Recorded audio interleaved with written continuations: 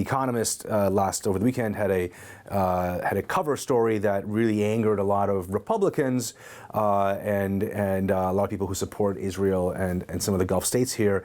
And the headline was "Advantage Iran," that Iran thinks that it has a stronger position than on February 27th, yes.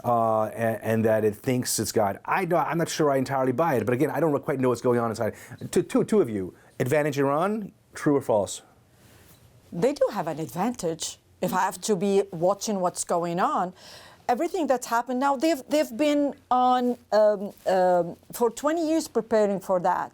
They have nothing to lose. A person who has nothing to lose will go to the far end. So they do have an advantage. So their loss in their head, again, going to their thinking of being a shaheed or a martyr, they have nothing to lose. The people are losing, but the regime, they are proving in front of the others, they are resilient. The proxies, they are strong, they are standing against the biggest, strongest country in the world, and then Israel. This is how they think about it. They don't have the same set of mind of how we see things and how we perceive things and how the US, Europe, and the Gulf sees how things are going to end up.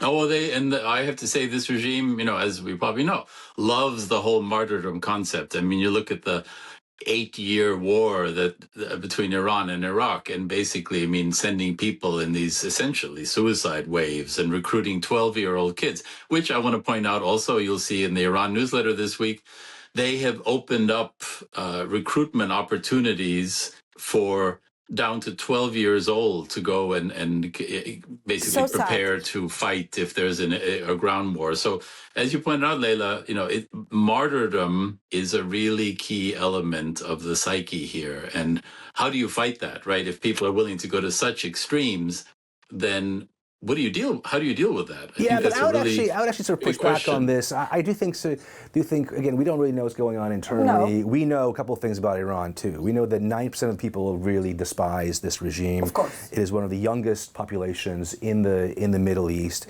It is an incredibly cultured, rich history. The Islamic Republic is a blip in the history of the Persian world, and I think it really does depend on how the U.S. and its allies kind of figure out the energy problem.